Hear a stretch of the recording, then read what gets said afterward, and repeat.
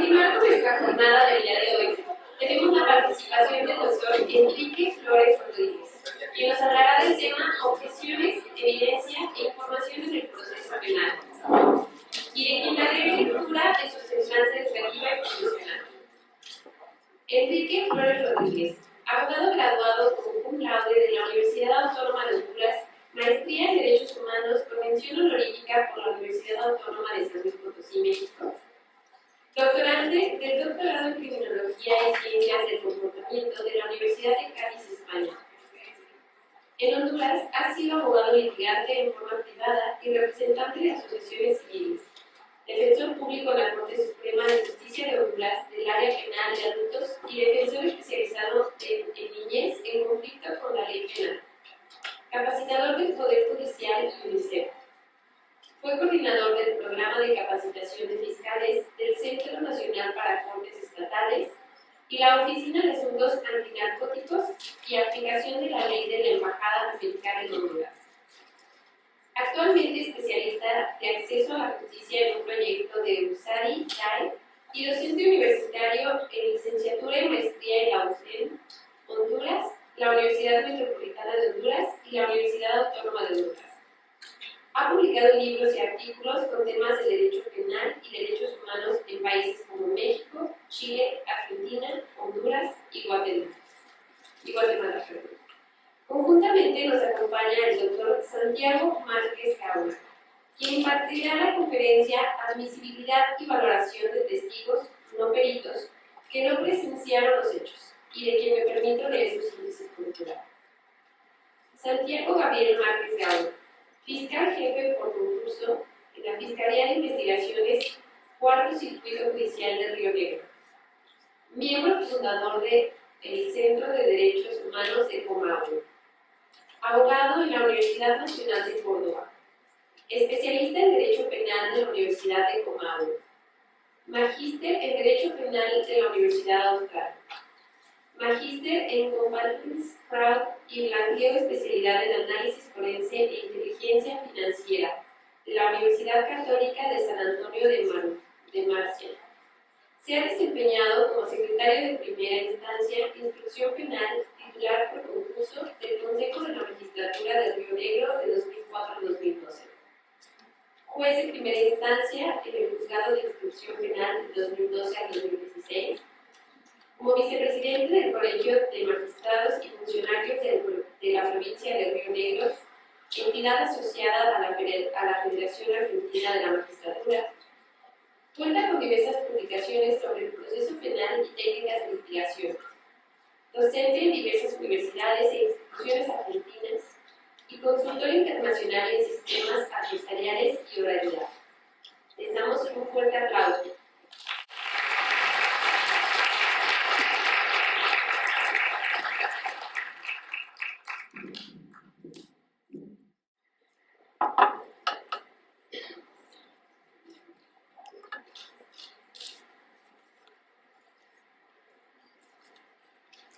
Bien, quisiera su atención un momento. Sé que estamos emocionados porque mañana es Día del Estudiante y queremos salir corriendo a celebrar con nuestros compañeros. Aceptamos invitaciones con el doctor Gauna, por cierto, no hemos tomado mezcal, así que bienvenido sea. Yo quiero que reflexionemos ahí. El otro micrófono sirve, ¿verdad? Quiero que reflexionemos ahí. Sé que llevamos 3 días agotadores, escuchando un montón de señores. Yo me excluyo, veo más joven, precisamos de la misma edad. Llevamos escuchando al doctor Goldman, al doctor Tiago, a Lloyd, su servidor, a la doctora, y hemos escuchado distintas perspectivas. Y yo les quiero hacer una pregunta a ustedes, a todos los que estamos aquí, y pensemos en el sistema penal. Y lo primero que se nos viene a la mente es que podemos mejorar, quién nos ha fallado. Y esto es algo muy regular. Si nosotros pensamos, por ejemplo, y le preguntamos, nosotros hemos estado capacitando jueces, defensores, fiscales, si le preguntamos a los jueces, no No, es que la fiscalía no hace esto, la defensoría no hace esto. Si le preguntamos a los defensores, es que la fiscalía. Si le preguntamos a los fiscales, es que el defensor, es que el juez. Si le preguntamos a los de la PGR, es que el defensor. Si le preguntamos a la gente de la CEA, no, es que el fiscal no me deja hablar, y así. Y es un discurso muy constante si nosotros nos damos cuenta. Ahora, hay algo de lo que casi no hablamos. Yo les quiero preguntar a ustedes, y si pensáramos en el sistema penal, yo le pregunto a cada uno de ustedes, ¿cómo podemos llegar a la máxima que nos han establecido los grandes tratatistas, los grandes impulsores de la reforma, lo que nos ha dicho Binder, lo que nos dice Goldman? ¿Cómo podemos llegar a ese pico donde el sistema puede funcionar? Y seguimos pensando en esto, en el otro. Pero aquí yo les quiero llamar a que reflexionemos distinto. El sistema va a funcionar cuando usted y yo nos responsabilicemos de lo que nosotros hacemos. Nosotros, los que estamos aquí, los que hemos sobrevivido a este entretiempo de 5 minutos, si estamos aquí, no es porque el doctor Eloy nos va a dar 15 puntos, creo que lo escuché por ahí, a sus alumnos, no es por eso, es porque adoramos el sistema penal. Y cuando digo adoramos el sistema penal, yo les digo en lo personal, si no hay nada más emocionante, la adrenalina 100, que estar en un juicio. Es lo más bonito que puede haber. Uno lo disfruta. Ustedes lo van a disfrutar, ustedes tienen la oportunidad. Y esa es una situación que nosotros tenemos que tener muy en cuenta. Nosotros tenemos la posibilidad de hacer un cambio en el sistema. Claro que podemos decir que la fiscalía, la defensa, pero ¿y nosotros? Cuando yo estoy litigando, cuando yo quiero litigar, ¿cómo hago las cosas? Autoexaminarnos. ¿Cuál es mi papel dentro del sistema? ¿Cómo puedo mejorarlo? Aquí tenemos a los magistrados, tenemos a los jueces, tenemos futuros jueces, tenemos futuros defensores y futuros fiscales. Y va a llegar esa pregunta a cada uno de ustedes. ¿Cómo puedo mejorar mi forma de brindar un servicio a la sociedad? Quiero que partamos desde ahí. Y mi tema, que tiene que ver con la estrategia en el sistema penal acusatorio, la estrategia de defensa, parte con otra pregunta. ¿Qué es una estrategia? ¿Qué pensamos nosotros cuando hablamos de estrategia? Y si me pueden ayudar pasándole el micrófono al colega Pablo, que lo tengo sin comer ahí, porque digo, me voy por una cortita, y le digo, no, espérate, aguántame tantito. Si se lo puede pasar, por favor, allá al fondo.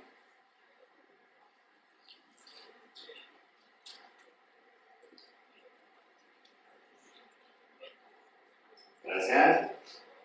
Preséntate, por favor, colega. Justo, mi nombre es Pablo. Bien, Pablo.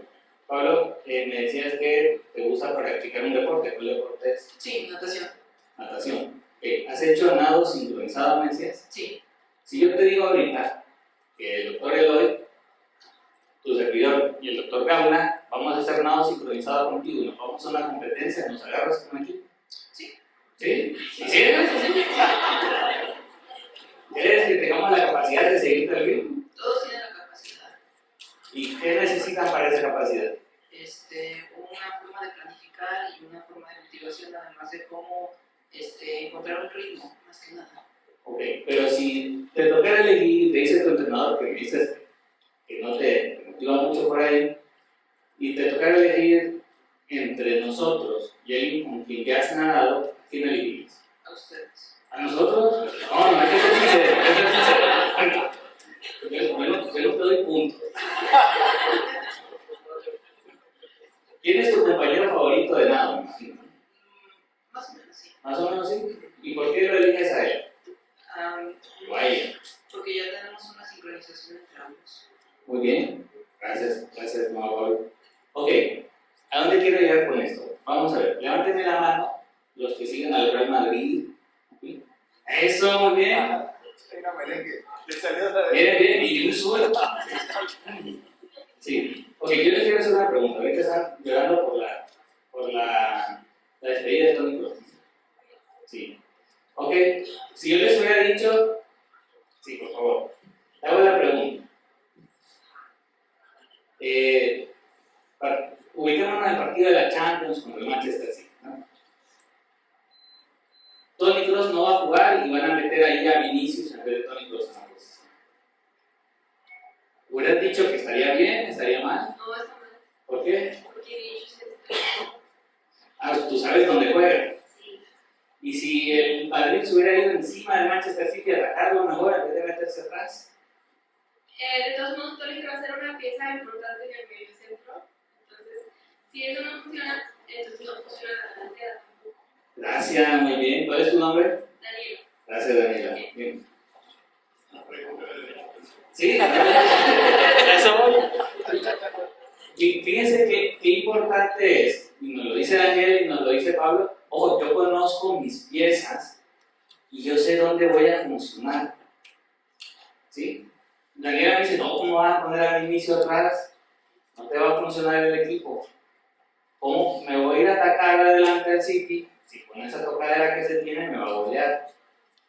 Y eso es más o menos lo que quiero que pensemos de una estrategia. Para planear, para dirigir, para tomar decisiones, yo tengo que tener ciertas premisas. Y la premisa más importante ahí es que yo tengo que dominar lo mío. Yo tengo que dominar el caso. Si yo no domino cómo está mi equipo, si yo no domino qué hago bien, yo no puedo planear una estrategia. Yo tengo que dominar todo el caso. Yo no planeo la estrategia si yo no conozco a quién tengo enfrente y lo que tengo enfrente. Yo no voy a improvisar. Y aquí es una situación bien particular, porque escucharon, yo litigado de una forma privada y de defensor público, y retomando las palabras del doctor Goldman un poco, le voy a dar un poquito de palo a la defensa pública por todo el amor y el cariño que le tengo. Pero, solo un poquito. Aquí hablemos de responsabilidad. Entonces, yo conozco lo que tengo, yo sé qué posibilidades tengo, como nos dijo Daniela, como nos dijo Pablo, yo sé con quién funciono bien, yo sé qué prueba tengo, yo sé qué posibilidades tengo, yo domino el caso y yo tomo las decisiones. La estrategia yo la tengo que tomar una vez que yo domine el caso.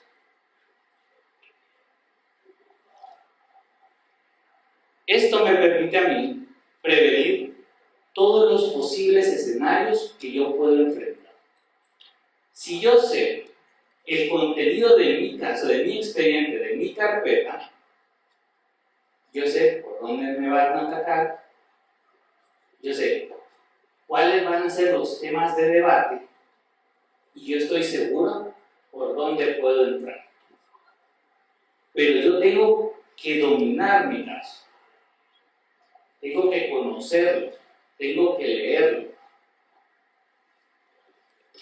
Para eso, si yo lo hago, yo sé mis fortalezas y mis debilidades. ¿Dónde estoy fuerte? ¿Y dónde puedo estar débil? ¿Dónde está fuerte mi contraparte? ¿Y dónde está débil? Pues vamos al tema del fútbol. ¿Cómo lo voy a atacar? ¿Cómo me va a atacar?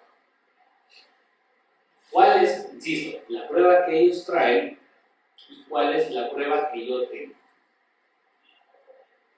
Y quien ha litigado, no sé si habrá algún defensor público acá, o quienes conocerán esa hermosa labor de la defensa pública, saben lo difícil que a veces se enfrentan, cuando se enfrentábamos, con la premura con la que agarrábamos los casos. ¿Sí? Ahora, si yo domino el caso, yo sé también ¿Cuáles van a ser mis debates probatorios y mis controversias probatorias? De esa prueba que trae el Ministerio Público, ¿cuál voy a controvertir? ¿Cuál me sirve a mí? ¿Cuándo habrá comunidad de la prueba? ¿Cuándo elegiré la prueba de ellos? ¿O cuándo hay convenciones probatorias? Yo aquí, por ejemplo, el señor Pablo le dio muerte a Daniel. Su señoría, como defensa, voy a poder recordar, aquí no vengo a discutir que el señor Pablo le dio muerte a Daniel, pero vengo a discutir que lo hizo en legítima defensa. ¿Sí? Yo ya llego y le estoy diciendo al tribunal, yo no vengo a discutirte que hubo un muerto, ni siquiera que mi representado lo hizo. Eso sí, lo hizo en legítima defensa. Hacia allá voy. ¿Pero por qué? Porque yo ya domino el caso. Pero este caso yo lo tengo que dominar desde el inicio. ¿Qué voy a hacer en el contraexamen? ¿Qué puedo hacer en el contrainterrogatorio? ¿Cuál es el alcance de ese testigo que me van a llevar? ¿Cuál es el alcance del testigo que yo estoy presentando? Dentro de mi teoría y estructura del caso, ¿qué representa tener ese testigo ahí sentado? ¿Qué le tengo que preguntar? ¿Y qué puedo o no puedo objetarle? Pero para eso, y entrar en el tema de la estrategia propiamente dicha, quiero que rompamos algunos paradigmas en el tema de la defensa. El primero de ellos es el estado de inocencia, ¿sí? Y la ventaja de la no carga de la prueba. Y decía Roxy que si hay uno de los principios mejor desarrollados, con mayor profundidad y de los más bonitos, es el estado de inocencia. Pero de los más difíciles de sostener. Porque lo hemos escuchado, lo hemos visto en las películas, lo leemos en la Constitución de la República, lo leemos en nuestros códigos, y escuchamos toda personas inocentes, pero no se demuestra lo contrario. Y se me viene aquel meme de los Simpsons, donde dice, imaginemos un mundo donde todos los actores respetamos el estado de inocencia. ¿Sí? Y todo bien bonito, entonces la defensa se puede desprender porque el fiscal está pensando en el estado de inocencia, en el principio de objetividad, entonces vamos a tener prueba de cargo y prueba de descargo asegurada, y hay que romper el mito procesal. ¿En qué sentido? Que haya un estado de inocencia y yo no tenga la carga de la prueba, no significa que yo no tenga que buscar prueba e investigar. El papel de todo defensor público o privado es velar y tutelar porque se respete ese estado de inocencia. Aunque nos han dicho que una defensa pasiva solo se viene a sentar, a ver, ¿qué me presentan? Y dice un tocayo mío, que va a decir algo. La defensa solo tiene que defenderse de aquello que se le acusa. Y tiene razón. Esto va dirigido al derecho penal del arte y al derecho penal del autor. Pero, tiene que estar alerta y pilas para tutelar ese derecho. Porque no va a subsistir por sí mismo. Si no, no tuviéramos las historias. Por ejemplo, mi país estrenó la Corte Interamericana con el caso Velázquez Rodríguez versus Honduras, donde, si conocen la historia, son detenciones arbitrarias por parte de las autoridades, porque eso pasa en nuestros países. Y por eso, el señor Ferrayoli, bien citado por la doctora, nos pone límites en el poder punitivo. Porque eso pasa en nuestros países. Tenemos una historia que no podemos olvidar. Ahora, por eso tenemos que romper el mito. No importa que procesalmente tengamos el estado de inocencia, porque eso no quita el hecho que tengamos que estar atentos, tengamos que velar por él y ver cómo viene la prueba, cómo viene la acusación, cómo han tratado a mi representado. El segundo, defensa pública y la carga laboral. Y esto se lo digo con toda propiedad. Es que los defensores tenemos mucha carga. Sí, pero ¿Qué esperábamos? Somos defensores y públicos, que usa la defensa pública. La privada, pues la ventaja es que puede ser más selectivo con los casos. Pero es nuestra labor. Es labor de la defensa pública garantizar los derechos.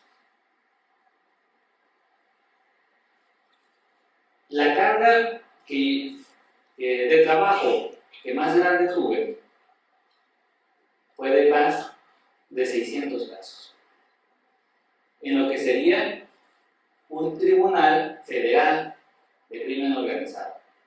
Más de 600 casos, teníamos juicios todos los días. Y hay una anécdota que yo se las cuento.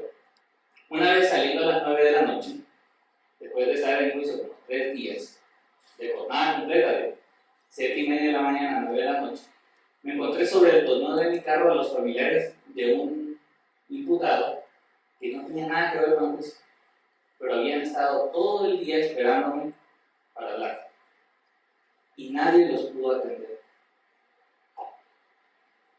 Y yo no tenía acceso en ese momento al expediente. Sí, tenía con 600 casos, pero tenía una idea de qué pasaba con esa familia. Pero venían de afuera, o sea, del interior del país, de escasos recursos económicos, con la necesidad y la búsqueda del acceso a la justicia para su familia. Yo iba a regresarme a la casa cansado, pero iba a mi casa. Adivinen quién estaba preso. Un familiar preso. Adivinen cuánto tiempo llevaba preso. 2 años. Lo menos que podía hacer era atenderlos a ellos, escucharlos. Ellos no tienen la culpa de que yo lleve 600 casos. El privado de libertad no tiene la culpa de que el Estado a mí me tenga hasta aquí de casos. El salario sale de esos impuestos que todos nosotros pagamos. Es mi responsabilidad atender con dignidad a esta persona. Y en ese mismo sentido, es mi responsabilidad prepararme para ese caso. Que no me da tiempo, yo no puedo decir eso. En el caso de Ruano Torres versus El Salvador, si usted lo examina, dice que el Estado tiene que darle condiciones dignas a la defensa pública para atender sus casos. Y tiene razón.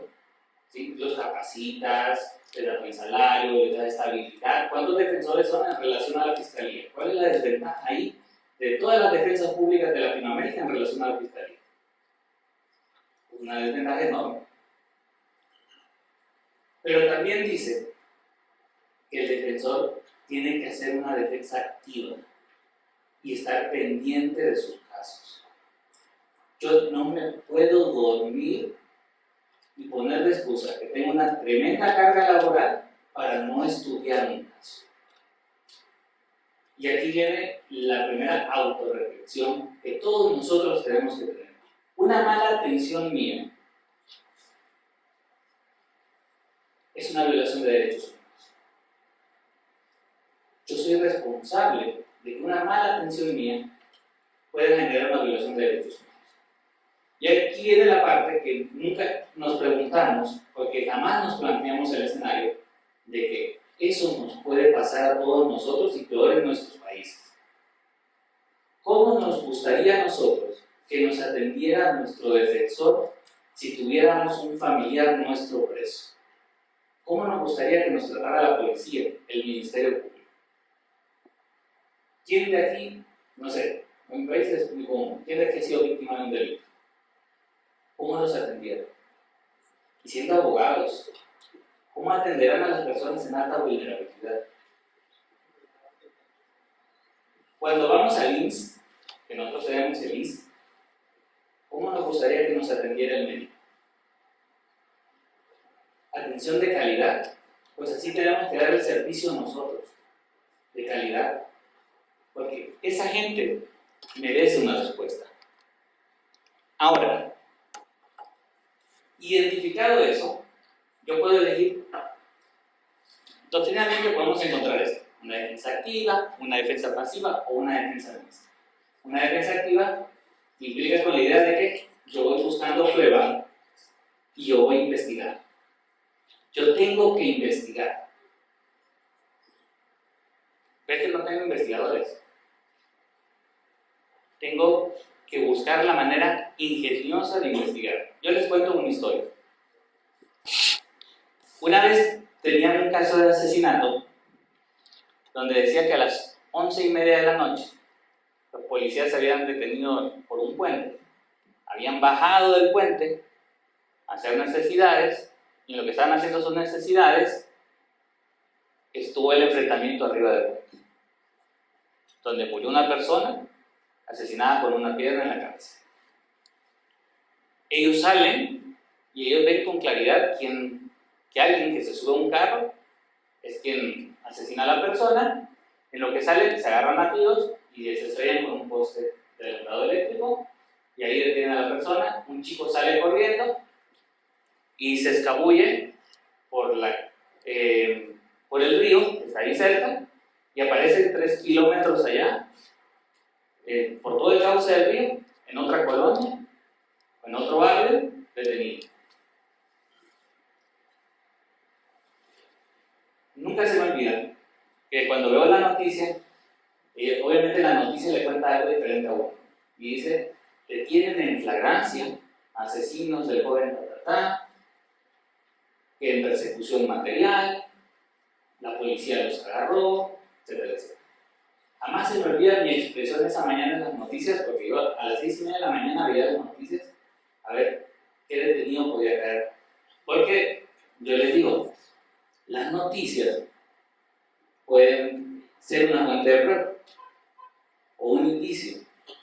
Porque me dice cómo van vestidos los detenidos, porque los reporteros son los primeros en llegar a la posta o a la escena del crimen. Cómo iban detenidos o cómo iban íntegramente las personas. Porque de repente ya aparecen con un ojo morado, hoy les contaba en la mañana con unas piernas quebradas, y así. Mi expresión fue, pobre cristiano que le toque ese caso. Y como la vida da muchas vueltas, a quien le tocó el caso fue a mí. Entonces yo hablaba con el muchacho, y él era perteneciente a una banda de crimen organizado. Entonces, cuando yo hablaba con él me decía, abogados, que yo no estaba ahí, los policías me vienen deteniendo varias veces, no hayan que meterme, y me detuvieron en la colonia. Yo no puedo estar ahí porque en esa zona se maneja la otra banda. ¿Cómo me voy a exponer a las 11:30 de la noche a que me hagan algo a mí? ¿Okay? Y la zona, me dijo él, no da para que uno camine por la orilla del río, porque el río es alto. ¿Lo tienen? Yo no tengo investigador. Ese día a las 11:30 de la noche yo estaba con mi carrito a la orilla del río viendo ver por dónde podía pasar. ¿Por qué? Porque tengo que escucharlo y tengo que ver qué pasa. Si voy a pedir una reconstrucción de hechos, yo tenía que tener la certeza de por qué le iba a pedir. Herramientas tan básicas como el Google Maps me sirvieron en ese caso para determinar la distancia entre el punto de detención y el incidente. Eran más de 3 kilómetros que, según el acta de lectura de derechos, que es la primera diligencia que haces cuando tienes una persona, solo había 3 minutos. Ese chico, si se había trasladado del lugar del hecho al lugar de detención en 3 minutos por medio de un río, había que darle el récord Guinness porque había roto el récord de Usain Bolt. Y eso fue parte de mis conclusiones, que eso es otro tema, la forma de litigar, porque tenemos distintos tribunales también. Hay tribunales donde uno tiene que ir un poco más técnico, y hay tribunales, imagínense ahorita si ustedes fueran a un juicio y estuviéramos en juicio después de una jornada larga, la forma de venderle al tribunal tu idea tiene que ser un poco más ingeniosa. Y yo le decía al juez, si usted condena a esta persona, démosle el récord Guinness también. Porque corre más rápido que Usain Bolt y que Cristiano Ronaldo. Y sin tacos, ni todo, ni nada de zapatillas especiales, sino que por la orilla de un río. Y en la reconstrucción de hechos, yo ya sabía que los policías no pudieron haberlo visto directamente, yo ya sabía que no podía atravesar el video y que el juez también iba a ver lo que yo ya había investigado. La pasiva, uno piensa de que, ok, vamos a ver qué prueba me trae. Pero no solo es así. Yo ya la tengo que tener prevista. Yo ya tengo que haber leído la carpeta de investigación, yo ya tengo que haber leído el expediente y pensar, ¿qué me pueden presentar aquí? ¿Qué me van a presentar acá? Y una vista implica que yo puedo iniciar con una defensa pasiva y a medida que vamos desahogando la prueba, en una primera instancia, ojo con esto, en la etapa preparatoria intermedia, yo ya puedo ir pidiendo pruebas pensando en el juicio. Estratégicamente, pensando en el juicio, porque yo sé que en la etapa preparatoria quizá yo no pueda defender bien a esta persona. Yo sé que un juez de letras no se va a arriesgar con un caso emblemático a darle un sobreseguimiento, entonces yo lo tengo que buscar en el tribunal de sentencia. O yo sé incluso que este tribunal de sentencia me lo puede condenar y voy sembrando la semilla pensando en mi apelación o en mi casación. Porque nosotros no tenemos doble instancia, nosotros no tenemos la apelación contra la sentencia condenatoria, sino el recurso de casación. Ustedes sí. Entonces, muy bien, ¿cuánto me faltan? ¿Cuánto me faltan? ¿5 minutos? Corro. Dos situaciones básicas. Yo voy de la teoría del caso y de defensa y de la defensa técnica y adecuada. Y disculpan que corro. Mi estrategia de defensa tiene que tener un enfoque diferencial y especializado. ¿Lo han pensado? No es lo mismo defender un adulto que defender un niño en conflicto con la ley. No es lo mismo defender una víctima victimario que defender cualquier otro caso. No es en razón del delito. Tengo que conocer bien y hablar con mi representado y mi estrategia debe variar por cada caso. Mis tácticas también deben variar según el momento procesal. Tengo que aprovecharlos. Y ojo, tengo que ser capaz de responder a la estrategia de mi contraparte también. En la teoría del caso, en un primer momento, yo pienso, ¿qué prueba tiene? Y por ejemplo, tenemos el caso de un robo, donde yo sé que el testigo, claro, nosotros no tenemos el robo graduado por las cantidades, sino por el acto de apoderamiento. A un testigo una vez le robaron una cartera que no tenía dinero. A una víctima, perdón. A una víctima le robaron una cartera que no tenía dinero. No llegó a la primera audiencia y aún así pasó para el juicio. Yo sé que ese testigo no va a llegar, perdón, la víctima no va a llegar a la otra audiencia. No hay suficiente prueba. Para ese delito, yo sé que esa prueba central y no está. No hay suficiente prueba. Yo ya sé que mi estrategia va a ser la insuficiencia total. Ahora, ¿qué sucede cuando esa prueba no solo es insuficiente, sino que es defectuosa? Que hay deficiencia en la prueba. Tengo un agente que en su informe investigativo me dijo una cosa, en la primera audiencia me dijo otra cosa. Hay una contradicción ahí y me toca a mí asumir el juicio. Yo ya sé dónde le voy a preguntar a esa gente.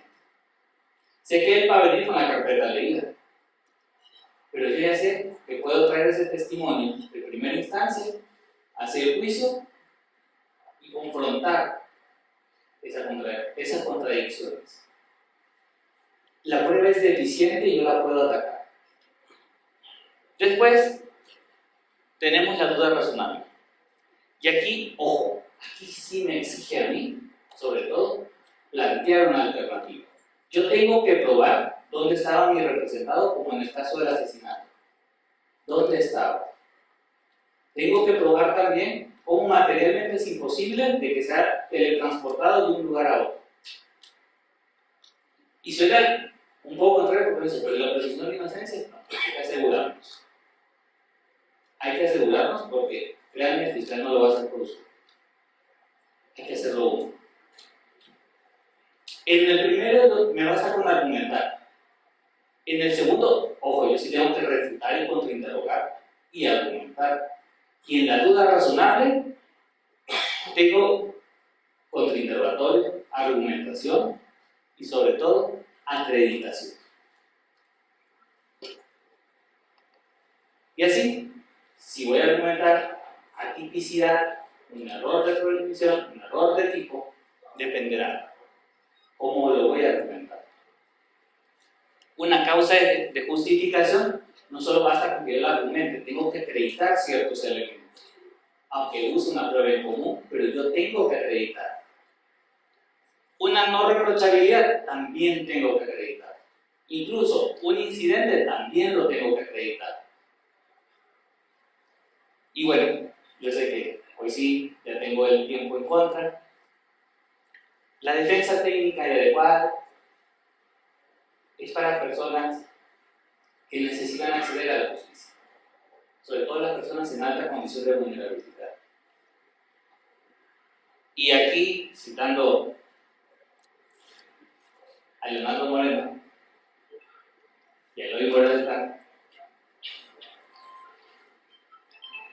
¿cómo comenzamos una defensa? Desde el momento de la declaración, desde el momento que yo me acerco a mi representado, yo comienzo a litigar esa defensa. A partir de ahí, comienza mi estrategia de defensa. Yo no puedo arrancar una defensa si yo no he hablado con mi representado. La labor del defensor no es solo cumplir un requisito de que hay un defensor en la audiencia y con eso cumplimos el requisito, no. El defensor tiene que estar activo y tiene que defender la causa. Lo dice Linder y lo dice esta sentencia de la Corte Interamericana en el caso Juan Torres versus El Salvador. La defensa no es un mero requisito formal para cubrir una prueba anticipada o un anticipo jurisdiccional. Tiene que tener los elementos suficientes para realizar una defensa técnica.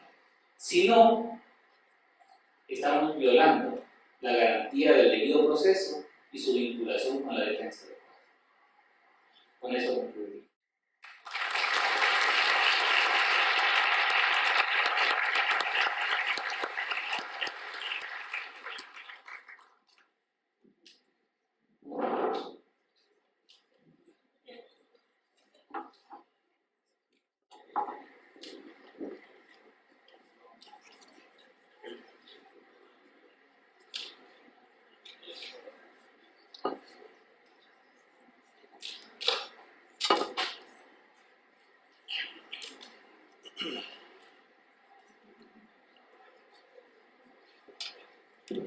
Bueno, vamos. Primero vamos a hacer un pacto. Yo hablo poco, ustedes me aplauden mucho y nos vamos todos contentos. Esa está buena. Un disclaimer. A fuerza de tacos, gorditas, enchiladas, me van a escuchar mexicanísimo. Entonces soy el mismo que el primer día les habló, pero ya me mexicanicé. Y me quedo 2 días más y les canto mañanitas, lo que vaya. Mi amigo le doy la fe de que tengo un tema, se los aclaro porque a veces puede generar algún tema, de que a mí sí me pegan los acentos muy fácil, los acentos, las palabras. Entonces, mi amigo que me recibió en Honduras también le pasó. Yo al segundo día ya estoy como hablando, ya le voy a decir chavas y chavos y todo eso. Soy argentino, tengo ahí el pasaporte, que lo quiere ser el monstruo. Vamos a ir, les agradezco. La verdad que ser último en un congreso donde hubo exposiciones tan buenas, me pone en la posición, pero bien difícil. Pero además, venir a hablarle a alumnos que tienen la suerte de poder escuchar a Eloy Morales Blanc, tremendo. Yo, cada vez que puedo lo escucho, cada vez que puedo le pregunto, lo molesto, le leo sus libros, honestamente se lo digo, no es porque yo esté acá. Es un maestro con todas las letras. Entonces, Yo decía, pucha, ¿con qué cierro? ¿Con qué cierro? ¿Cómo hago? ¿Cómo le llevo? Porque bueno, vino Moreno Holman y vino la doctora y escuché una exposición de género brillante. Yo digo, ¿yo ahora qué hago? ¿De qué me disfrazo? Bueno, vamos a hablar de algunas cosas, a ver si nos sale. Hay algunos temas que hay que empezar a hablar en Latinoamérica. Y estos temas derivan de algo que les va a sonar feo, pero hay que decirlo. Nosotros, los latinos, venimos de una formación judeo-cristiana. Somos profundamente católicos, la gran mayoría, o hemos recibido algún tipo de formación muy ligada a esto. Recuerden que el sistema penal y el delito y el pecado estuvieron mucho tiempo muy cerca, muy mezclados. Entonces, en todos nuestros pensamientos se nos van filtrando algunas cuestiones. Yo, claro, soy católico, practicante, voy todo domingo a misa, capaz que no soy tan católico como otro. Entonces yo digo, ¿qué nos pasa? Nos pasa que venimos heredando algunas cuestiones. La primera cuestión es el inquisidor, sin mencionar a nada. ¿Qué pasa? No, y quiero agradecer a mi hermana también que me dijo algunas cosas bien interesantes que hoy voy a usar. ¿Qué nos pasa? Entonces el juez, antes, el inquisidor se imbuía del Espíritu Santo y con esa energía, con esa fuerza, con esa sabiduría, veía la prueba y sabía cuál era la verdad. Fantástico. ¿Funcionó? Sí, durante un tiempo funcionó. Después nos dimos cuenta que estaba un poquito flojo de papel el tema. Que no sabíamos si realmente el Espíritu Santo le bajaba, que no salía el humo blanco cuando lo nombraban y algunas otras cosas. Entonces, fuimos buscando ¿qué? Fuimos buscando ser razonables, fuimos buscando la razón. Y ese es el desafío de lo que les dijo Enrique, de lo que le dijo la maestra, lo que escucharon todos estos días. Si yo tuviera que resumir todo lo que escuché todos estos días es, busquen la razón, pidan razones. Ustedes son alumnos. Nosotros los que les hablamos tenemos la obligación de darle razones. Y si alguien les dice algo y no se lo puede explicar y no les puede dar razones, no tomen eso. Porque no está bien. Y este dirá, pucha, pero este me está hablando un montón de tonteras y el título dice otra cosa. Bueno, vamos al título, ya llego. Me apuro. ¿Qué pasa?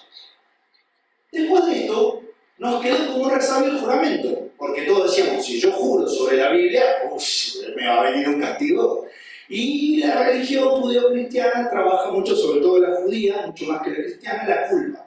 La culpa porque mentí, la culpa. Entonces, había una fuerte connotación durante mucho tiempo en los sistemas penales respecto de creer que el mero juramento era suficiente para que la persona dijera la verdad.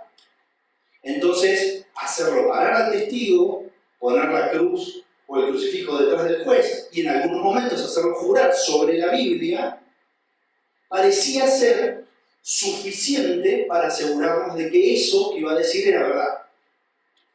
Pero bueno, seguimos avanzando y algunos incómodos o molestos como nosotros que nos gustaba pedir razones y buscar, nos dimos cuenta que no era tan eficaz esto. Que no nos alcanzaba, porque teníamos dos personas que eran igual de católicos, nos parecían igual de buenos, igual de practicantes, juraban los dos sobre la Biblia y uno decía A y el otro decía B. Y decíamos, ¿qué pasó? Y no podíamos esperar a que la justicia divina hiciera su acto, había que resolverlo acá. Yo aclaro, menos de defensor, trabajé de secretario, de juez y ahora trabajo de fiscal, entonces me tocó verlo de distintos lugares. Entonces, la pregunta era, pucha, pero ¿por qué hay que creerle? Y esto es la base de las discusiones probatorias. Si ustedes tuvieran que pensar, ¿por qué habla el doctor Eloy cuando habla de acreditación? ¿Qué va a hablar este argentino que habla medio raro cuando habla de...? Bueno, vamos a hablar de por qué hay que creerle. ¿Por qué hay que creerle a cierta prueba? Y esto es un desafío que comparto con la doctora, que hay que mirar, está el tema de prueba ilícita también, pero que yo voy un poquito más allá. Yo creo que los latinos tenemos que construir nuestras reglas, con nuestras realidades, con nuestras situaciones y con nuestras capacidades. Entonces, todo lo que yo les diga hoy, pónganlo en crisis. Pónganlo en crisis. Piensen si está bien, si está mal, si yo tengo razón o no tengo. Por favor, háganlo. No se vayan de acá con nada que yo les diga que no los convenza. Y si creen que algo de lo que yo dije es una huevada, como si fuera argentino, vamos a mantener un argentinismo, no me creen. Vamos a hablar entonces de admisibilidad y valoración de testigos no peritos. Lo primero que aclaramos es que hay testigos que son peritos y testigos que no. No marca por las pantallas, perdón.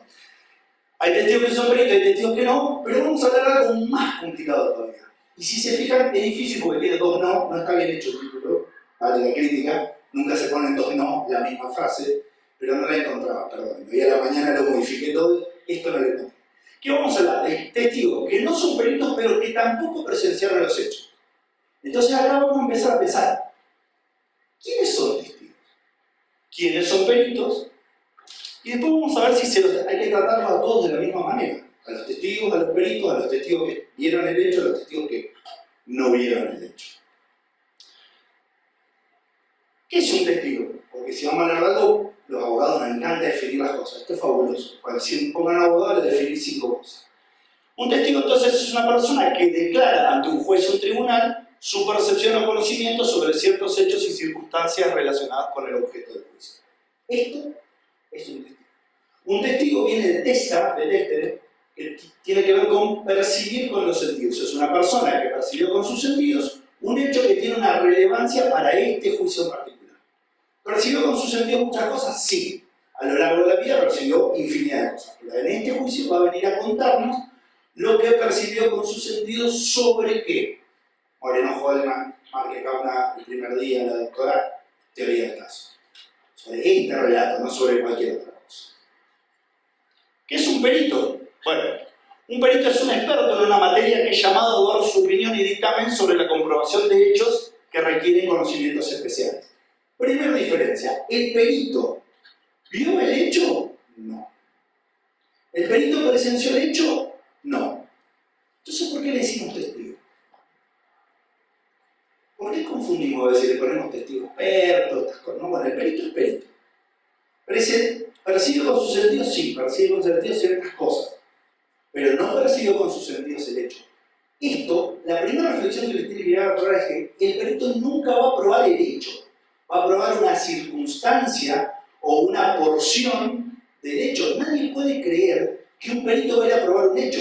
Y esto que todos me hacen así con la cabeza, me gustaría que lo piensen, si en los juicios por abuso sexual no sucede esto.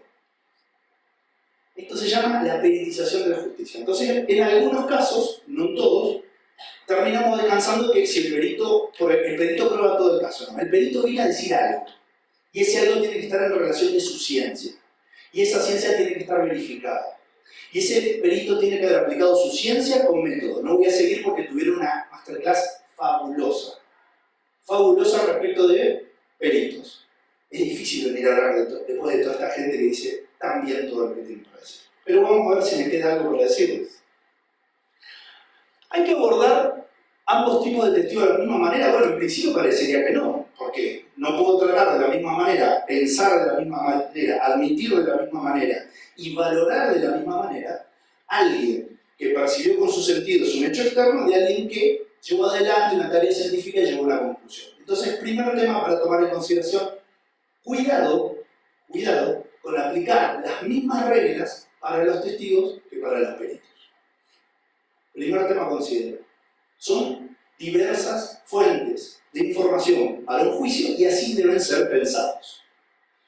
Bueno, esto va a ser a recontra vuelo de pájaro. No piensen que es un primer pantallazo para que vean algunas cosas, porque yo lo que quiero trabajar es sobre 3 fuentes de información puntuales. Pero como no podía ir derecho ahí, tengo que traer algunas cosas antes. Algunos temas generales de admisión para prueba lícita. Aclaro que esto ya es prueba que no tiene discusión de ilicitud. Esta es prueba que ya pasó ese filtro y es prueba ilícita. Prueba ilícita, en el libro de la doctora, fabuloso, lo tienen ahí, lo pueden buscar. Ilícito. Esto ya es ilícito. Esto ya es prueba que no vamos a tener esta discusión. ¿Qué hacemos? Lo primero que tenemos que pensar para ver si este testigo es admisible, puede ser recetado para el juicio, ¿qué tipo de testigo es? Este es primera división, ¿este es un testigo común o este es un perito? ¿Sí? Primera división, es un testigo, le aplico ciertas reglas, es un perito, le aplico otras. Segundo tema, en general, ¿qué se pretende probar con su testimonio? Bueno, si yo pretendo probar el calibre de una bala con un testigo común, tengo un problema, porque para eso tendré que traer un perito. ¿Puedo resolver ese problema? Sí. Si ese testigo tiene ciertas características particulares que lo hacen conocedor, podré pensarlo. Pero en principio, debería poner un primer valladar y decir, no, esto que usted quiere probar con esta fuente de información no es la forma adecuada. Entonces, es muy importante saber qué se pretende probar con el testimonio. Cuando yo, litigante, fiscal, defensor, voy a proponer una prueba, le tengo que decir al juez qué es lo que quiero probar con esa prueba. Y el juez tiene que hacer, después de la admisión, tiene que hacer un proceso de decir, esto que quiere probar, ¿se puede probar con esta fuente de información, sí o no? Y si me genera dudas, le voy pidiendo más información para que me convenza. Y si no me convence, se la excluyo. Se la excluyo porque al juicio no se va a escuchar cualquier cosa. Si algo se tiene que llevar de esta charla, de esta exposición, es que tenemos que depurar el juicio para mejorar la calidad. Cuanta mejor prueba llevemos, mejor calidad va a tener el litigio, mejores decisiones van a tomar los jueces. Es una responsabilidad de todos. ¿Cuántos testigos se proponen ese fin? Bueno, vieron que para probar una cosa a veces alcanza por uno, a veces necesitamos dos, pero hay algunos abogados que por las dudas llevan 20 a hablar de lo mismo. Entonces, ¿realmente es necesario llevar 20 a hablar de lo mismo? Como no solo traigo problemas, a veces trato de traer soluciones, lo que hacemos habitualmente donde yo litigo es que el juez dice, no voy a discutir con usted. Mire, usted va a tener 20 para esto, se los voy a poner todos en forma subsidiaria. Usted elige uno, el que usted quiera. Ya le admití, pero uno. Entonces pone, testigo, del 18 al 20 subsidiario, puede venir uno. Eventualmente, si no encuentra ese uno, puede traer a otro. Esto le permite a ambas partes resolver un problema. A veces los litigantes ofrecemos abocar una cantidad de peritos, de testigos, porque yo hago hoy la admisión de prueba y el juicio lo hago en 6 meses, en 8 meses. Entonces yo no sé si en 8 meses no se me murió, no se me fue a Estados Unidos, no se enamoró de otra y no me da bola, no sé. Entonces ofrezco varios. Entonces soy honesto, digo, mire, sobre este tema voy a traer varios testigos. Bueno, le admito inicialmente a todos, pero usted va a traer uno solo. El que tenga disponible, el que mejor declare, el que más le guste a usted. Pero no va a traer los 20, va a traer uno o dos. Entonces empezamos a pensar reglas de admisión. Siguiente regla que genera un problemón que hay que tener en cuenta para las admisiones. ¿Es esta la mejor fuente de información para este punto? Y aquí surge de la doctrina americana que el juez tiene la capacidad de exigirle al litigante que traiga la mejor prueba posible para su punto. Y esto significa que si yo tengo muchas fuentes de información para probar algo, pero una es de mucha mejor calidad, lo que le tengo que traer al juez es esa. Y si no le puedo traer esa, le tengo que explicar por qué no. Pongo el ejemplo. Ocurre un hecho acá afuera. Todos escuchamos un grito. Cuando salimos vemos que hay alguien que presenció el hecho. Pero esa persona no lo ofrece a la fiscalía. Ofrece a alguno de los que estamos acá que escuchamos el grito. ¿Y para qué lo trae? Para probar la existencia del hecho. Ajá. ¿Y no hay nadie que haya visto? Sí. ¿Y por qué no lo trae? Bueno, explíqueme por qué no lo trae, explíqueme por qué no está acá, y yo voy a ver si le admito esa prueba. Pero no le voy a admitir cualquiera. Siempre hay que buscar lo que se llama el máximo rendimiento, aquella fuente de información que mejor pueda acreditar un punto. Y esto no es solo de las partes, porque fíjense que yo le voy hablando de las partes y después, por ahí es medio confuso, me preguntan después lo hablamos, es una obligación de todos. Y el defensor también puede litigar sobre esto. Le puede decir, mire señor juez, es que sobre este punto hay mejores fuentes de información, que habrá que traerlas, y habrá que irlas a buscar. Porque en el fondo, lo que al sistema le interesa, no al fiscal, al juez, al defensor, al sistema le interesa la calidad de la decisión. Entonces todos somos responsables de que esa decisión sea de calidad. Aclaro, vuelvo a aclarar, esto es muy abuelo de pájaro, son temas muy profundos para seguir desarrollando. Y lo último que quiero decirles es, eso que quiere probar, ¿está discutido por la contraparte? Porque puede ser un buen testigo, puede ser que sea razonable lo que se quiere probar, puede ser que sea la mejor fuente de información, pero también puede ser que sea algo que no está discutido. Entonces, ¿para qué lo vamos a traer? Es fabuloso. Vieron que, bueno, no sé si vieron, no sé cuántos fiscales hay por acá, uno a veces le pasa que tiene unos testigos que son buenísimos. Pero el testigo que es buenísimo, que declara bien, que claro, no prueba una mierda. Es hermoso, me declara bárbaro, pero de lo que viene de mi caso me prueba nada, un poquitito así chiquitito. Y la defensa me lo acepta, entonces yo lo voy a llevar. El juez me va a decir, no, mire, ¿para qué lo trae? Para probar esto. Señor defensor, ¿usted va a discutir esto? Caso que puso Enrique recién, por ejemplo. Voy a traer a la muchacha que estaba al lado de la chica asesinada para probar que el asesino es... y declara fabuloso, y es pertinente, y es la mejor fuente de información porque está al lado. Ahora, Enrique dijo que no va a discutir, que la mato. ¿La voy a traer? ¿La voy a discutir? No. Retomando lo que dijo Leo Moreno, Goldman, convención excavatoria, fijar los puntos de contradicción, fijar los puntos de conflicto, y esto, estimados magistrados y jueces, está en sus manos. Está en sus manos. El trabajo de la audiencia intermedia para tener un buen juicio está en manos de los jueces, porque los litigantes, por X razones, esto no tienen un incentivo cierto para hacerlo.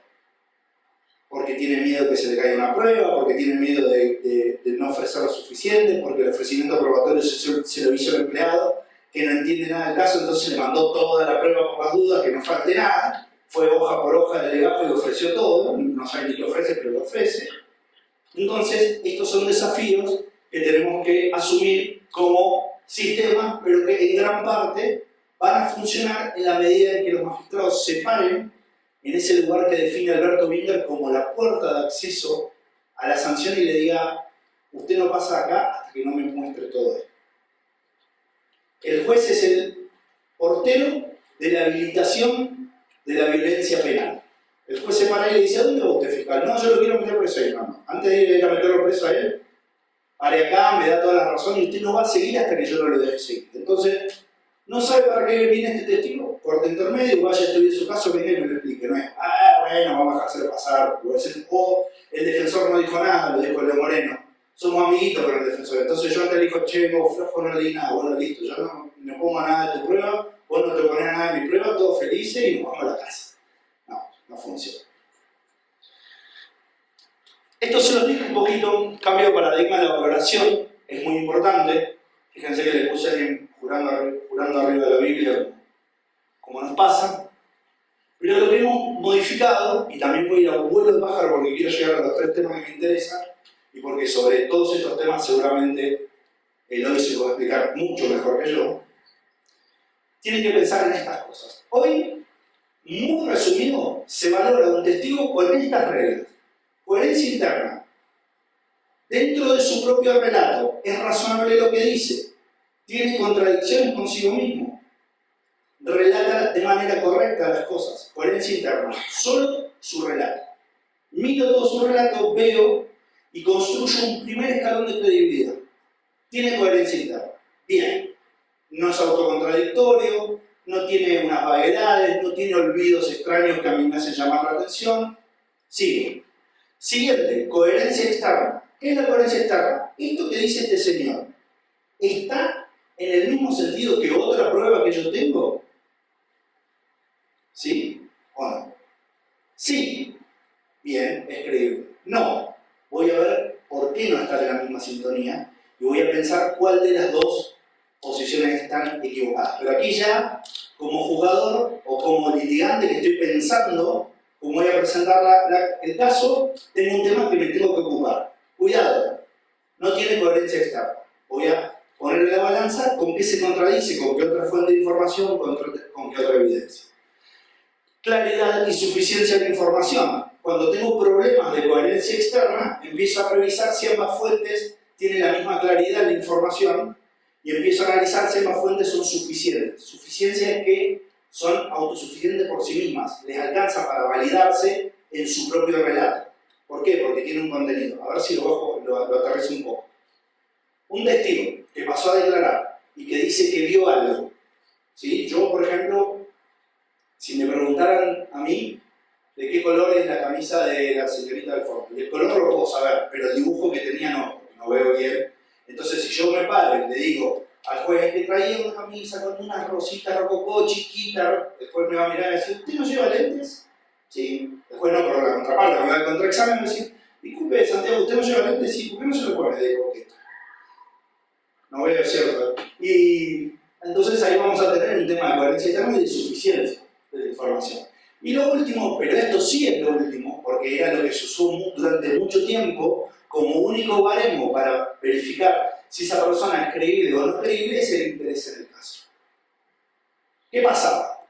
Venía a declarar un testigo, buenísimo. Ah, no, pero este es amigo del imputado, así que no le voy a creer. ¿Por qué? Porque es amigo del imputado. y venía el pariente de la víctima. Ah, no, este es pariente de la víctima, tampoco lo voy a creer porque es pariente de la víctima. Bueno, entonces los hechos se pueden probar muy raramente.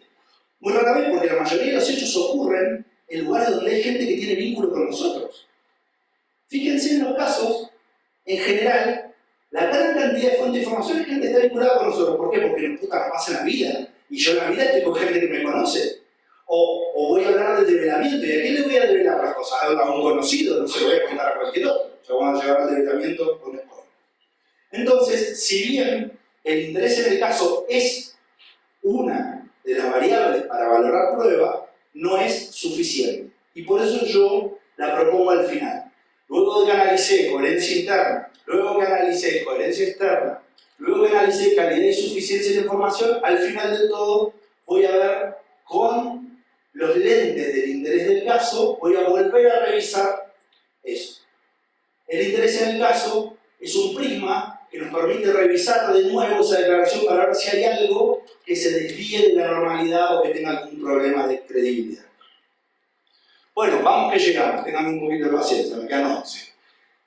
¿De qué vamos a hablar? Yo les prometí que vamos a hablar de 3 casos en particular. El cuarto es algo para que dejarles una duda, porque si no me voy y les dejo ninguna duda, esto no sirve para nada. Si no lo dejo pensando en algo, no va a servir para mucho. Vamos a hablar del primer tipo de testigos que trae un problema, los testigos de oídas. ¿Qué es un testigo de oídas? Bueno, miren, un testigo de oídas es aquella persona que escuchó algún dato relevante para el caso, pero que no presenció aquello sobre lo que se refiere. Qué difícil la definición que da este argentino huevón, no se entiende nada. Bueno, resulta ser que Pablo, después de que la mató a ella, sale y en la esquina le dice a un amigo, no, o sea, que me reenojé, me recalenté, la recagué la mano. Y se fue. Perdón, no me pongo puteado, que es de argentino. Pasa. Entonces, no digan que no somos buenos puteadores. Algo bueno. ¿Qué pasa? Yo no encuentro al amigo y lo voy a traer de testigo. ¿Él vio cuando la mató? No, no vio cuando la mató. Él escuchó lo que el otro le dijo que había pasado. Y eso es un testigo de oídas. Eso es un testigo de oídas. Y está muy lleno nuestro proceso de testigos de oídas. Entonces, primera reflexión, identifiquemos. ¿Es testigo o es perito? Es testigo. ¿Por qué? Porque percibió con sus sentidos. Bien. ¿Qué percibió? ¿Directamente el hecho? ¿O una referencia o una versión del hecho? Una referencia o una versión del hecho. Ah, que me dijo el profe que no me acuerdo el apellido, era este. De oídas. Bueno, ¿qué pasa con el testigo de oídas? ¿Los tenemos que sacar? Depende. ¿Siempre los tenemos que sacar? No.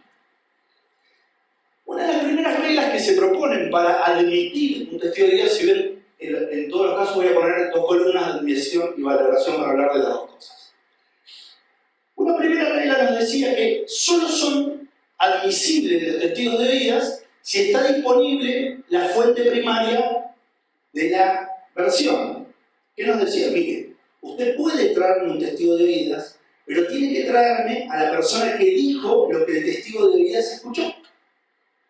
Así sea que se lo dijo a él o que lo haya dicho en el aire que éste lo escuchó. ¿Qué generaba esto? Una buena primera regla de exclusión, diciendo, mire, ¿se acuerdan cuando yo les hablé de la mejor prueba, del mejor rendimiento de la prueba? De esa es la prueba que tenemos que traer. Yo voy a traer al que escuchó o voy a traer al que vio. Cambio el ejemplo y lo complejizo. Resulta ser que el amigo al que le habló Pablo vuelve a la casa consternado y le dice a la mujer, no, es que no sabes qué pasó Pablo y te contó que había matado a fulano. Y yo solo traigo a la mujer. Entonces traje el tercer testigo. Traje a la mujer que escuchó lo que el amigo dice que Pablo dijo. Y ahí tenemos un problema. Entonces la primera regla era, miren, tráigame, la primera regla es, si está disponible, y es posible, en este caso no sería porque Pablo puede abstenerse de declarar, usted me tiene que traer a la persona que dijo esto y después traiga al testigo de oídas. ¿Para qué? Para acreditar. Entonces los testigos de oídas pueden ser utilizados cuando el fin probatorio es un fin de acreditación. Dijo esto y yo lo escuché que lo dijo. Entonces, ¿qué es lo importante que dice el testigo? Que yo escuché que esta persona había dicho esto y que esta persona ya lo dijo. Traje la fuente primaria y después traje el testigo de oídas para acreditar. Parece medio trabalengua, pero por ejemplo lo vamos a llevar. Excepcionalmente, si la fuente primaria no está disponible por causales ajenas a quien ofrece el testimonio de oídas, puede ser admitido. El caso que puse, por ejemplo, Pablo no declara y tiene derecho a no declarar, entonces yo como fiscal puedo decir, mire, yo no le puedo traer la fuente primaria porque se está acogiendo un derecho constitucional que es de no declarar. Ah, bueno, entonces le traigo al testigo de vidas. ¿El testigo de vidas prueba lo que pasó? No. No prueba efectivamente que Pablo la mató. Prueba lo que dijo Pablo. Y eso, pasándolo para el lado de la valoración, es lo que hay que tener presente. Ese testigo jamás va a probar directamente el hecho. Podrá ser un indicio que unido con otros indicios me va a llevar a una conclusión. Pero no puedo resolver un caso solo con esto. Solo con este testigo de vidas. ¿Por qué? Porque no prueba el hecho. Prueba circunstancias que unidas a otras circunstancias me pueden servir para acreditar un hecho. Entonces, ¿qué hace? Confirma una versión previa y dice de quién escuchó lo que escuchó. Primera reflexión entonces, cuidado con los testigos de vida, tomo lo que dijo la maestra, cuidado con las decisiones absolutas, fuera todos los testigos de vida, no me importa, adentro todos los testigos de vida, no. Analizo, primero lo identifico como un testigo de vida, después identifico la posibilidad de traer la fuente primaria, si puedo traer la fuente primaria la traigo, o le digo que la traiga a quien lo ofrece, y si no lo puedo traer, o si la traigo, después digo, tengo claro qué pruebo. No pruebo la existencia del hecho, sino pruebo una versión. Este testigo me encanta. Testigo de carácter. El testigo de carácter es esto, es el testimonio ofrecido con el propósito de probar que una persona actuó de una forma particular, en una ocasión particular, basada en el carácter o disposición de esa persona. Otro trabajo. Vamos de vuelta fácil. ¿Son malos los que delinquen? ¿Son personas malas? ¿O son buenos? A mí no me importa. Yo no traigo a una persona a juicio porque es buena o porque es mala. Yo la traigo porque cometió un hecho delictivo. El testigo de carácter es ese que todos los que hemos ido a un juicio viene a decirnos que el imputado era bueno y que colaboraba y que le daba caramelo a los niños y que llevaban el auto a los vecinos y que era el mejor del planeta, ponía plata, iba todos los domingos a misa, se confesaba. Es que puede ser buenísimo. Yo no estoy diciendo si es bueno o malo. Al revés, el imputado le pegaba a la mujer, insultaba, blasfemaba, se orinaba en la calle, pero estamos hablando de un caso de que le pegó a la mujer o de un caso que es de homicidio. No, saquémonos esto que tenemos en la cabeza de imputado malo, mala persona, testigo bueno, la víctima es buena, hay que creerle porque es buena, no, hay que creerle porque construyó condiciones para creerle a una persona.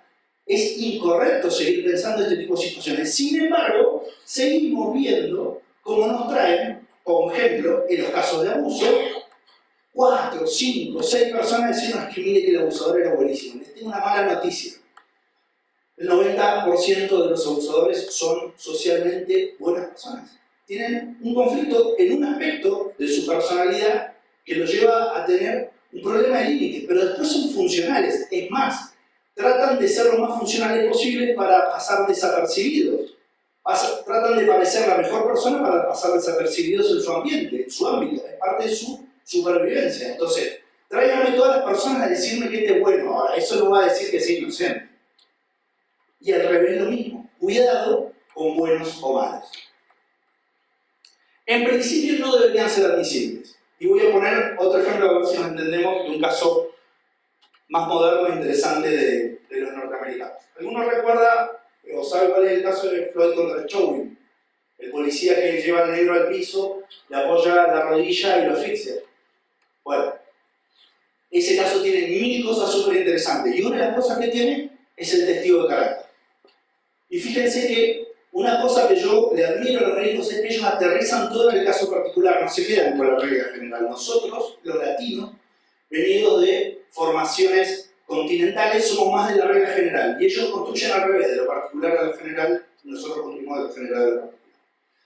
Y hubo una discusión de prueba de carácter. ¿Por qué? Porque la defensa del policía, de Chauvin, dice: yo voy a llevar prueba Dice, Chauvin se murió porque cuando lo fue a detener la policía, se metió toda la droga que estaba vendiendo, se la tragó para que no hubiera procedimiento, y eso lo desestabilizó médicamente y se murió por eso. No se murió porque el otro le puso la rodilla arriba y estuvo un montón de tiempo.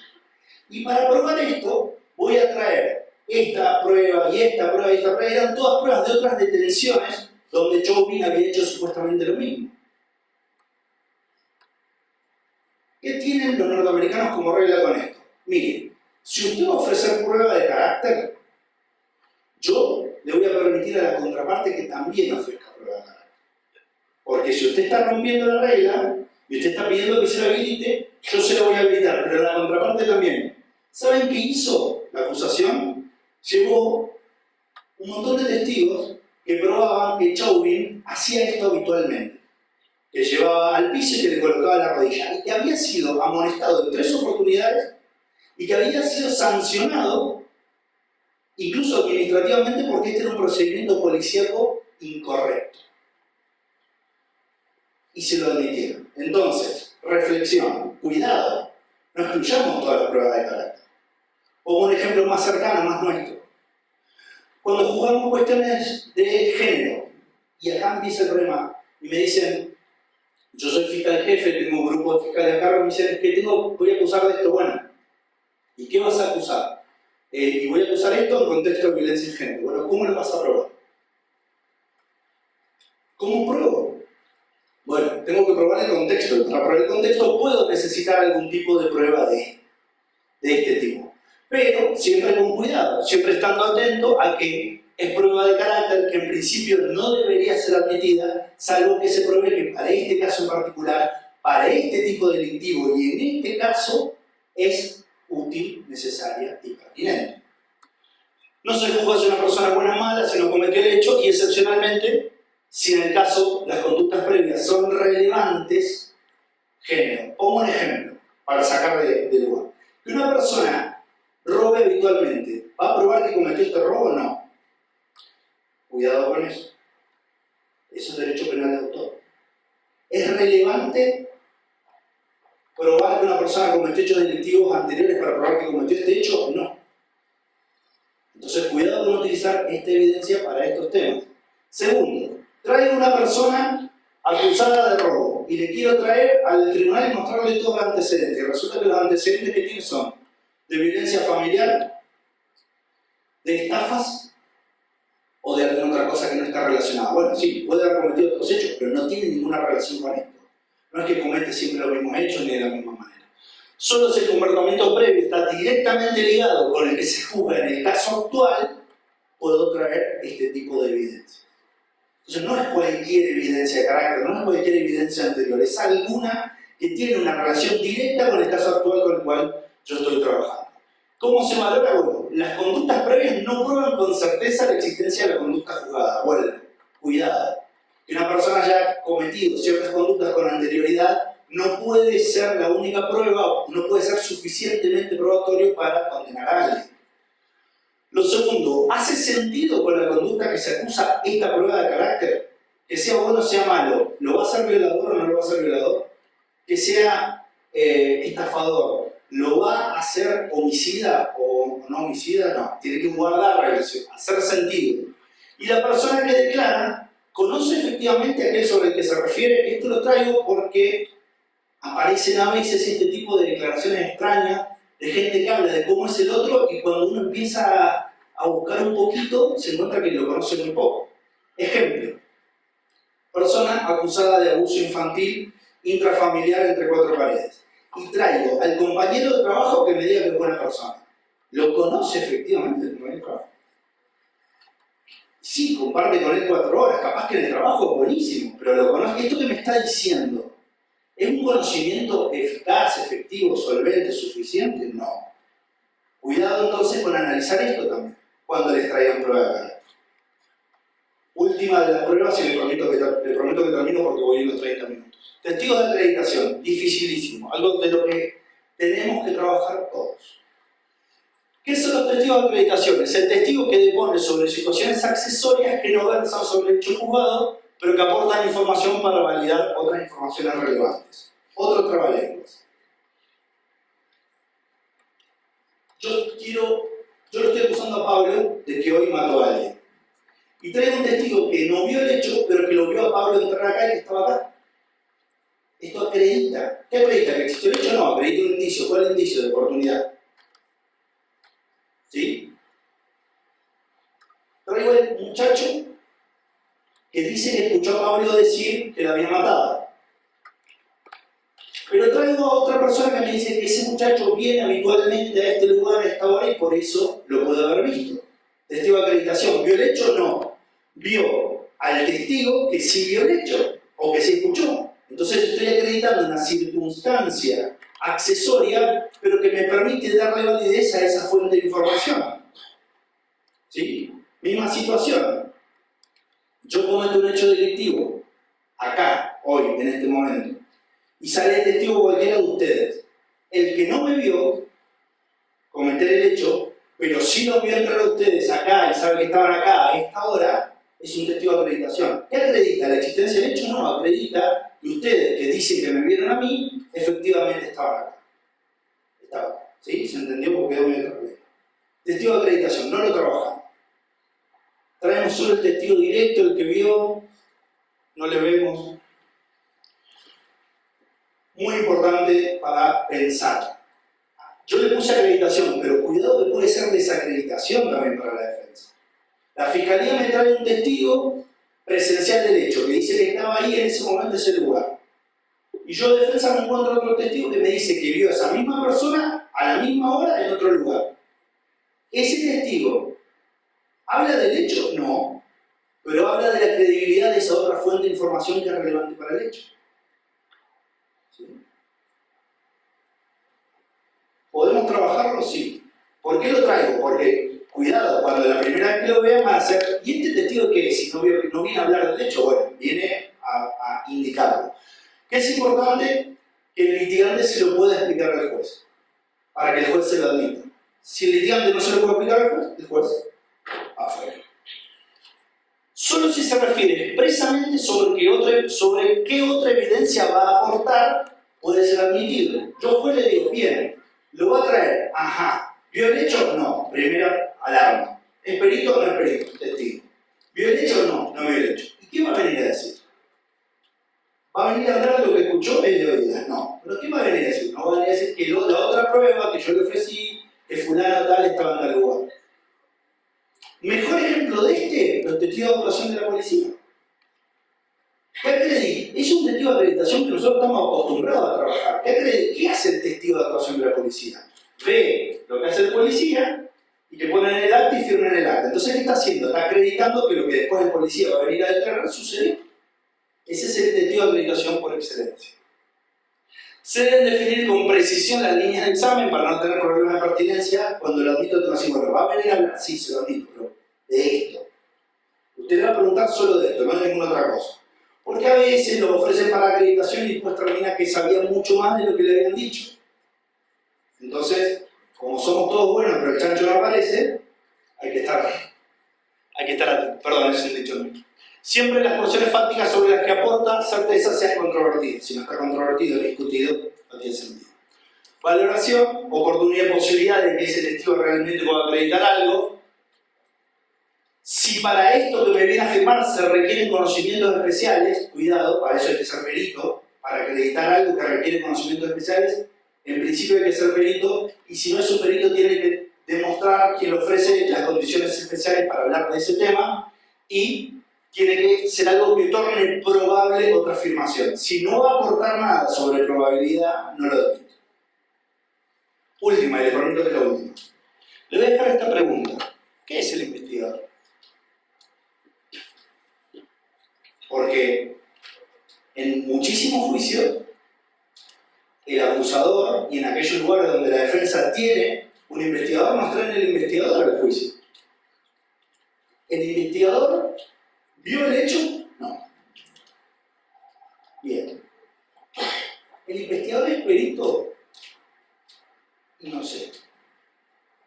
Porque a ver, si yo tengo suerte de tener a Scotland Yard, que los tiene 4 años estudiando en una universidad, 2 años escuchando declaraciones 6 meses escuchando y mirando los gestos de una persona y ese le trae a declarar, sí, bueno, el perito tiene una ciencia, está formado, tiene un método, pero los nuestros son peritos.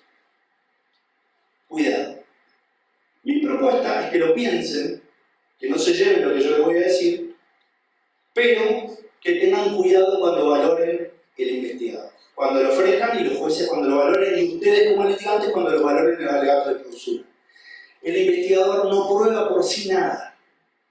Demuestra el procedimiento que hizo para encontrar las fuentes de información relevantes. Y cuando el investigador les afirme algo sobre lo que no tiene una fuente directa y relevante, desconfía. Porque la fuente debe ser otra persona.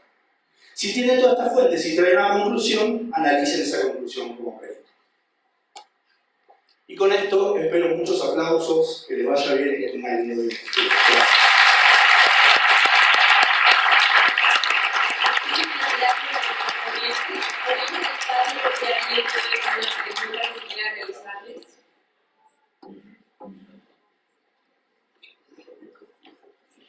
Muy bien, ahora cedemos el uso de la voz al doctor José Luis Eloy Morales Bland para que nos pueda dar una clausura breve de este segundo congreso. Bueno, primero pasamos a entregarles sus reconocimientos y presentes. Pensé que me quedaba sin bolsita, yo iba a reclamar.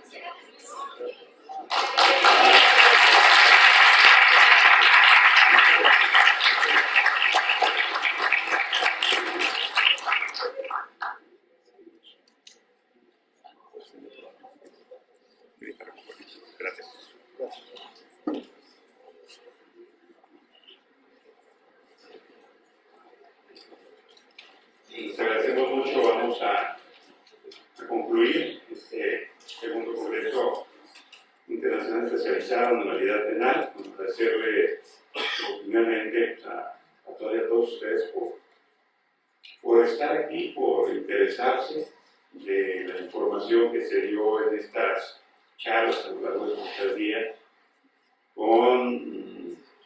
independientemente de ponentes, conferencistas, doctores de muy alta calidad en lo que viene siendo la cuestión profesional, principalmente muy alta calidad humana.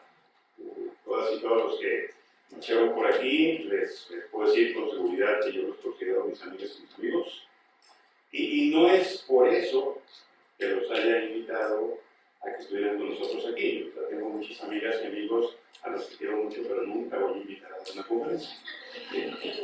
Ese ya es otro tema, es una cuestión. Pero no solamente son amigas de amigos, sino que son amigas y amigos que comparten una misma idea, por decirlo así, de buscar mejores formas o mejores maneras de hacer las cosas. De no quedarse a lo que regularmente se hace o se les ha dicho, sino que por lo menos cuestionan y buscan otras maneras, otros modos de lo que viene siendo la corporación y la administración de justicia. Y particularmente para México, para obviamente el Poder Judicial, para la Universidad Autónoma de Aguascalientes, en general para Aguascalientes, pues creo que puede tomar mucha relevancia. Santiago, alguna vez platicando con él, hablábamos de Alberto Binder. Binder estuvo en el congreso anterior que tuvimos de manera virtual, no pudo asistir a este congreso, ya para muchas actividades, pero hablando con él, Santiago me dijo algo. Me comentó que uno es alguien antes de escuchar a Binder y luego es otro después de escuchar a Binder. Bueno, ¿y por qué hago esa referencia para el presidente Santiago si está aquí? Pues digo, ahí está la fuente directa, ¿no? Él tenía que ir a hablar y no yo, de acuerdo a lo que acabo de explicar. Hago esa referencia porque independientemente de lo que ustedes piensen hoy, en este momento, estén sintiendo, estén viviendo, y digan, pues el congreso estuvo bueno, no me gustó, eso ya lo sabía, eso no lo sabía, bla, bla, bla, aquí me dijeron una cosa, ya me dicen otra, Independientemente de eso, hoy salen otras personas.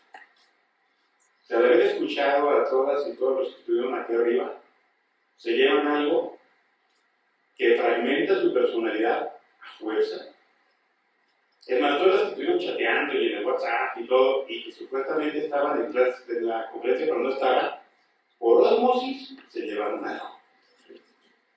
Y esa osmosis transforma, esa osmosis hace que se busquen nuevas maneras y nuevos caminos, y sobre todo que se propongan nuevas y mejores ideas, lo que dijo el diputado Rojas al inaugurar este congreso. Que se iban a lograr y que se buscaba ustedes, y que estaba seguro que ustedes iban a crear nuevas y mejores ideas, nuevas y mejores propuestas para transformar la realidad. Les agradezco mucho a todos ustedes por haber estado aquí, obviamente ustedes por extender. Hago un agradecimiento también a la Universidad Autónoma de Aguascalientes por apoyarnos en un conjunto con el Poder Judicial y por todo el apoyo que recibimos de la universidad. Y pues en particular también agradecer al Poder Judicial y agradecer al doctor Juan Rojas. El doctor Juan Rojas desde hace rato está diciendo, no, es que gracias a ti, no, es gracias a él tenemos este congreso. Gracias a él, gracias al Consejo, gracias a la magistrado de los Supremo Tribunal de Justicia, tenemos este congreso no solamente para el Poder Judicial, pues eso se los puedo decir, es un congreso exclusivamente para el Poder Judicial y para la Universidad Autónoma. Otros no tuvieron esa posibilidad de estar aquí, ustedes sí tuvieron esa posibilidad. Pues gracias también, Juan, por eso, gracias por todo. Y bueno, siendo las 19 horas con 46 minutos de este 22 de mayo del 2024, damos por clausurado los trabajos de este segundo congreso especializado en la realidad penal. Muchas gracias a todos.